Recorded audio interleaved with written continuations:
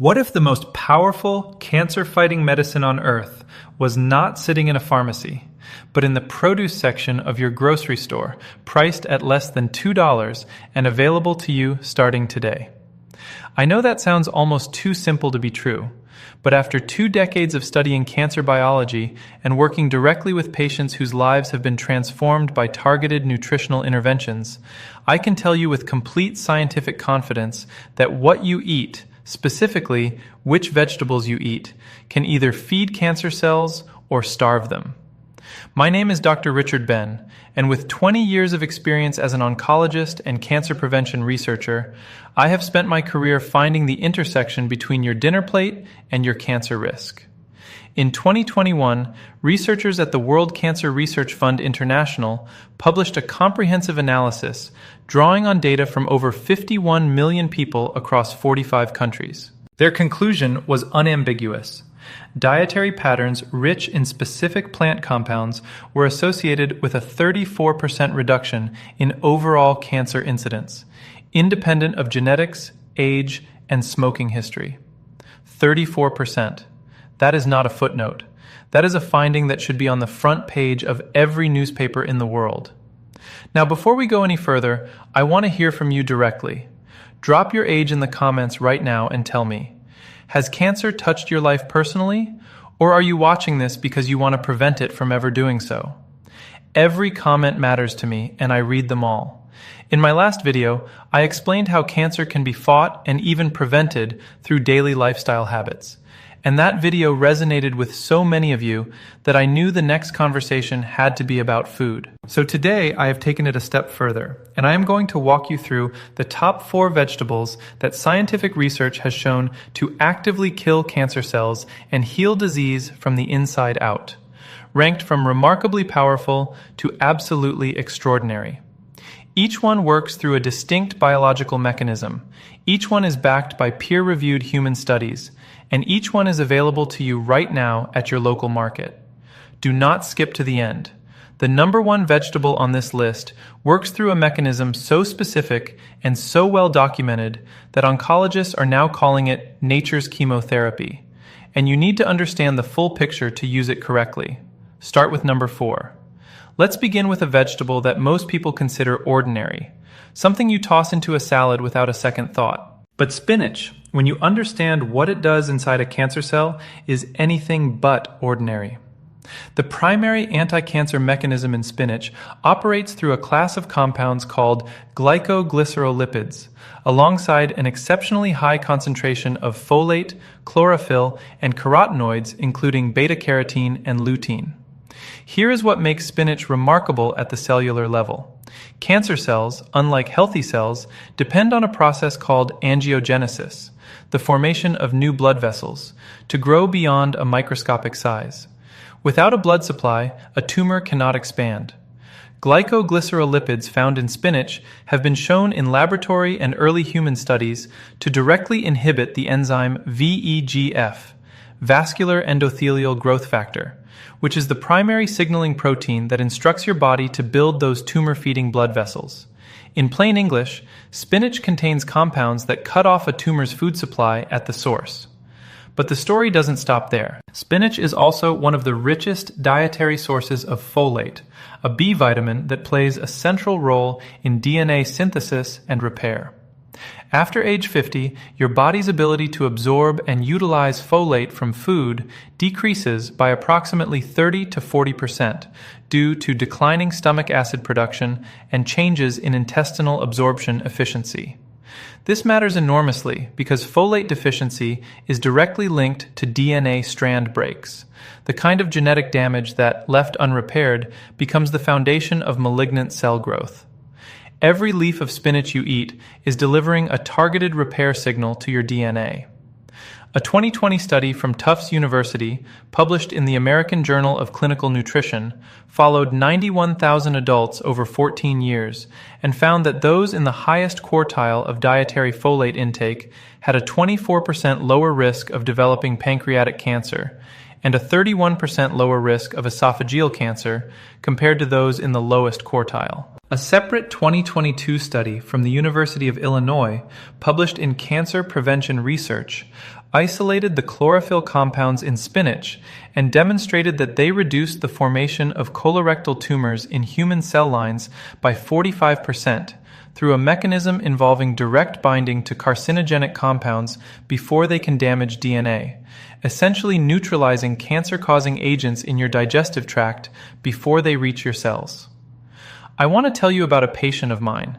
I'll call her Patricia, 67 years old, a retired school teacher from Ohio who came to my clinic following a diagnosis of low-grade cervical dysplasia, a precancerous condition. Patricia's diet was almost entirely devoid of dark leafy greens. Her folate levels were significantly below the optimal range, and her oxidative stress markers, compounds in her blood that signal cellular damage, were elevated. We introduced 2 cups of raw or lightly cooked spinach into her daily diet, combined with a small amount of healthy fat like olive oil to maximize carotenoid absorption, which requires fat to be bioavailable. At her 6-month follow-up, Patricia's folate levels had risen by 58%, her oxidative stress markers had normalized, and her gynecologist reported complete regression of the dysplastic cells without any pharmaceutical intervention. Her doctor called it exceptional. I called it spinach doing exactly what the science said it would. For you, the implementation is this: 2 cups of spinach per day, either raw in a smoothie or salad, or lightly sautéed in olive oil with garlic, which itself has documented anti-cancer properties. Do not overcook it. Studies show that boiling spinach for more than 5 minutes destroys up to 60% of its folate content. Steam it briefly, eat it raw, or blend it. Those are your 3 best options. And if you are over 60, consider pairing your spinach with a small squeeze of lemon juice, because the vitamin C in lemon measurably improves the iron absorption from spinach, while also regenerating antioxidant compounds that amplify the chlorophyll's cancer-neutralizing effects. Here is the synergy tip I want you to hold on to. Spinach pairs extraordinarily well with vegetable number 1 on this list, in a way that creates a compounded anti-inflammatory and anti-tumor effect that neither vegetable achieves alone. I'll explain exactly how when we get there. But first, what comes in at number 3 is a vegetable that most people in Western countries dramatically undereat, and researchers now believe that deficiency is directly responsible for a measurable portion of preventable cancer deaths each year. Begin with number 3. I am going to tell you something that may permanently change how you think about this humble, pungent bulb that has been used in medicine for over 5,000 years. Garlic is not just a flavoring agent. It is, based on the current weight of peer-reviewed evidence, one of the most comprehensively anti-cancer foods that exists in nature. And the mechanism through which it works is one of the most elegant pieces of cancer biology I have ever studied. When you crush, chop, or chew a clove of garlic, you trigger an enzymatic reaction between 2 compounds, alliin and alliinase, that produces a 3rd compound called allicin. Allicin is intensely biologically active and begins breaking down within minutes into a family of organosulfur compounds including diallyl disulfide, diallyl trisulfide, and S-allylcysteine. These organosulfur compounds work through multiple simultaneous anti-cancer pathways. They induce apoptosis, the programmed self-destruction of cancer cells, in malignant cells while leaving healthy cells completely unharmed. They inhibit the activation of cancer-causing substances called carcinogens in the liver, preventing them from reaching DNA. They suppress the NF-kappa B inflammatory pathway, the same pathway that Dr. Richard Ben discussed in our previous video on stress and cancer, which is the primary molecular switch that keeps cancer cells alive and proliferating.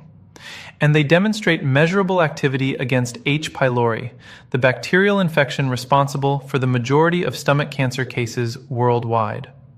A landmark 2016 meta-analysis from the Chinese Academy of Medical Sciences, published in Nutrients, analyzed data from 21 epidemiological studies involving over 543,000 participants, and found that high garlic consumption was associated with a 44% reduction in stomach cancer risk and a 30% reduction in colorectal cancer risk compared to low consumption groups.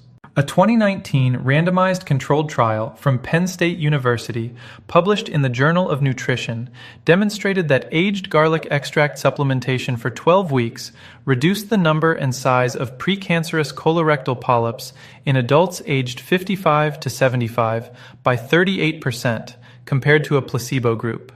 A finding that led several oncologists to describe garlic extract as a viable adjunct to colorectal cancer prevention protocols.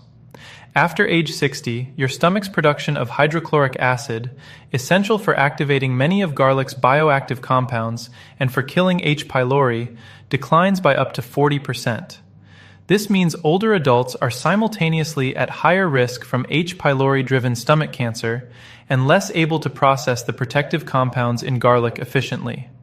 The solution is preparation method. Research from the University of Florida, published in 2021, found that crushing or mincing garlic and then allowing it to sit exposed to air for 10 full minutes before cooking maximizes allicin formation and preserves the majority of its bioactivity even through moderate heat. A simple, zero-cost technique that most people have never heard of. My patient James, 71 years old, a former construction worker from Texas with a history of 2 colorectal polyps removed in consecutive colonoscopies, came to my clinic asking what he could do between his next scheduled scope. James was not a vegetable enthusiast. He described his diet as meat and potatoes, but he was motivated.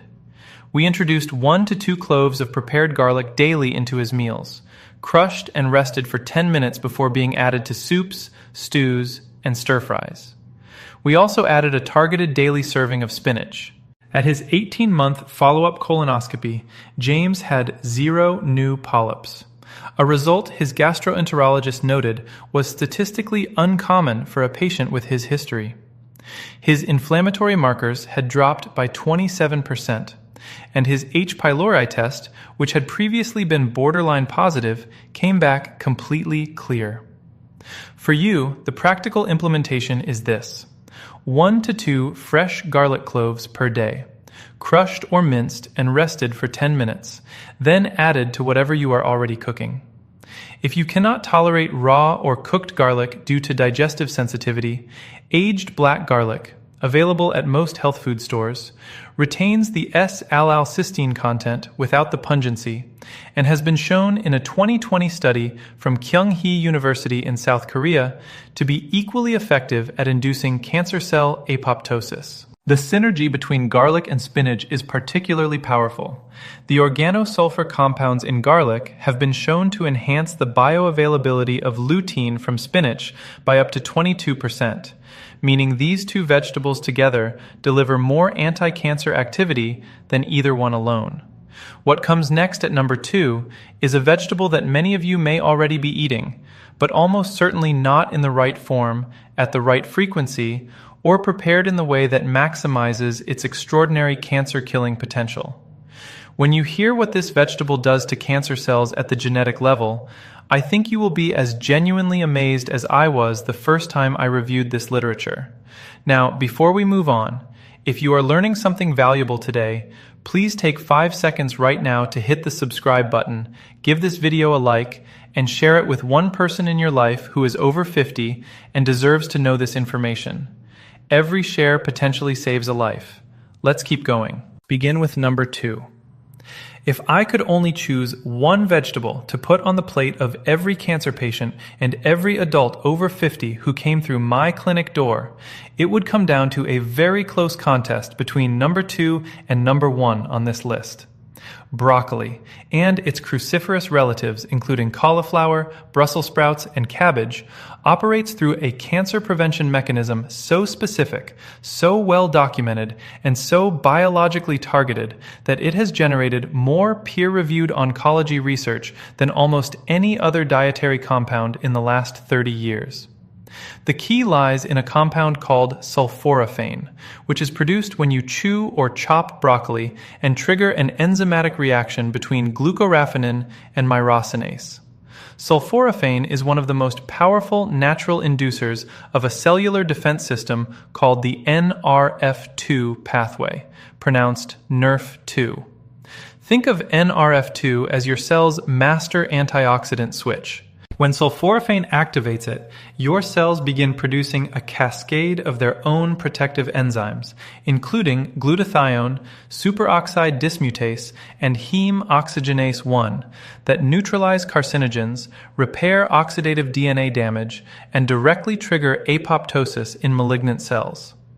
What makes sulforaphane extraordinary is that it appears to selectively target cancer stem cells, the small population of cells within a tumor that are responsible for regrowth after chemotherapy and radiation. Standard chemotherapy often fails to eliminate cancer stem cells, which is why cancer recurs. Sulforaphane attacks them directly. A 2019 study from Johns Hopkins University School of Medicine, published in Cancer Prevention Research, demonstrated that sulforaphane reduced cancer stem cell populations in breast cancer tissue by 65% in cell studies, and a subsequent human pilot trial showed measurable reductions in breast cancer biomarkers in women who consumed broccoli sprout extract for 8 weeks. A 2022 randomized trial from Oregon Health and Science University, published in Clinical Cancer Research, followed 155 prostate cancer patients and found that those who consumed sulforaphane-rich broccoli sprout extract for 20 weeks before surgery showed a 41% reduction in tumor gene expression markers associated with aggressive cancer behavior compared to placebo, with no adverse effects whatsoever. After age 65, two things happen simultaneously that make broccoli's role even more critical. First, your body's endogenous production of glutathione, your most important internal antioxidant, declines by approximately 50%, leaving your cells far more vulnerable to carcinogenic oxidative damage.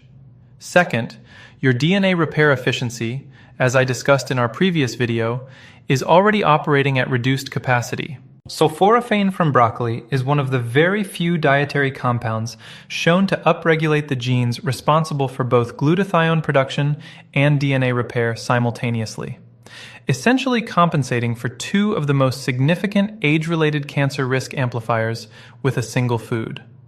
I want to share the story of a patient I'll call Dr. Angela, 64 years old, a retired pharmacist who came to my clinic after her routine mammogram flagged an area of atypical ductal hyperplasia, a precancerous breast tissue change. Angela was methodical and scientifically minded, and she wanted to understand exactly what she could do nutritionally while under medical monitoring. Dr. Richard Ben designed a protocol centered on 1 cup of broccoli sprouts daily, which contained 50 to 100 times more sulforaphane per gram than mature broccoli, along with 2 cups of mature broccoli 3 times per week. At her 12-month imaging follow-up, the area of atypical hyperplasia had not progressed. Her oxidative stress biomarkers had dropped by 39%, and her NRF2 pathway activity, measured through a specialized research assay, had increased significantly. Her breast surgeon